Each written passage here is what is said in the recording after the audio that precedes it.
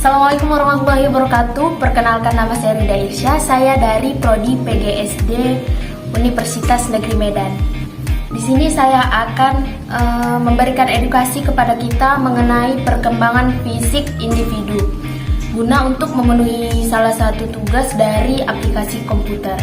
Langsung saja simak video berikut ini. Assalamualaikum warahmatullahi wabarakatuh. Kembali lagi ke channel YouTube saya. Di sini saya akan memberikan suatu informasi atau suatu pendidikan mengenai perkembangan fisik. Langsung saja kita masuk ke dalam PPT-nya.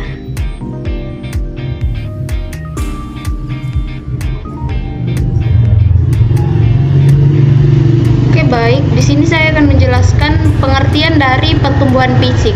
Apa sih pengertian pertumbuhan fisik itu? Nah, pertumbuhan fisik adalah perubahan fisik yang terjadi dan merupakan gejala primer dalam pertumbuhan remaja.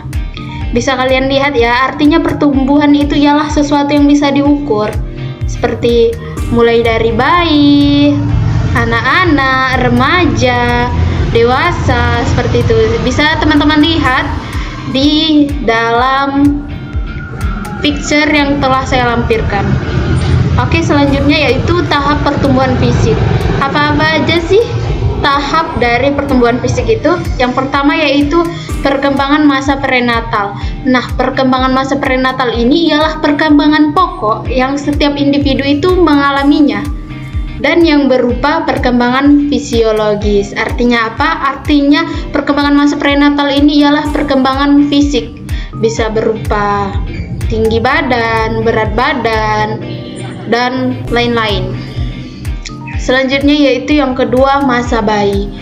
Nah, masa bayi ini merupakan masa dasar periode kehidupan yang sesungguhnya. Artinya, karena pada masa ini pola perilaku mulai terbentuk. Artinya masa bayi ini adalah masa dasar kita hadir di dunia ini, begitu. Tahap perkembangan bayi itu bisa dilihat pada picture yang telah saya lampirkan, yaitu pada 16 minggu, pada 2 minggu, 8 sampai 40 minggu. Jadi pada 8 minggu anak berukuran 16 cm dan seterusnya. Bisa teman-teman lihat ya. Oke, selanjutnya masa kanak-kanak. Nah, perkembangan yang terjadi pada masa kanak-kanak ini ialah yang pertama, tingginya. Kenaikan tingginya per tahun itu 2-3 inci. Untuk perempuan memiliki tinggi 58 inci dan laki-laki 57,5 inci. Yang kedua yaitu berat. Nah, berat ini bertumbuh berkisar antara 3-5 pon per tahun. Pada perempuan itu 88,5 pon dan laki-laki 85,5 pon. Yang ketiga yaitu perbandingan tubuh. Nah, perbandingan tubuh ini bermaksud adalah perbandingan wajah yang kurang baik menghilang dengan bertambahnya besar mulut dan rahang. Artinya apa? Artinya wajah yang dulu sewaktu kita bayi perlahan-lahan mulai terbentuk dengan sempurna, seperti itu. Yang keempat yaitu kesederhanaan. Kesederhanaan ini ialah perbandingan tubuh yang sangat mencolok pada masa akhir kanak-kanak menyebabkan meningkatnya kesederhanaan masa kini. Artinya tubuh yang sudah tumbuh pada akhir kanak-kanak kita akan meningkatkan kesederhanaan dalam berfashion dan lain-lain. Yang kelima yaitu perbandingan otot lemak. Nah, perbandingan otot lemak itu bisa kita lihat jaringan lemaknya itu berkembang lebih cepat daripada jaringan otot-otot pada masa akhir kanak-kanak. Yang keenam yaitu gigi. Dengan bertambahnya gigi, seperti itu kan sudah ada yang menjelaskan bahwa gigi kanak-kanak itu sekitaran 22 ya. Dan untuk orang dewasa itu 34 ya. Selanjutnya yaitu masa remaja. Nah, masa remaja ini ialah masa datangnya pubertas yang berkisaran pada tahun anak 11 sampai 14 tahun sampai sekitar 18 tahun yang merupakan masa transisi dari kanak-kanak ke dewasa. Perubahan yang paling dirasakan oleh remaja adalah perubahan fisik seperti tinggi atau dan lain-lainnya. Yang kelima yaitu masa dewasa.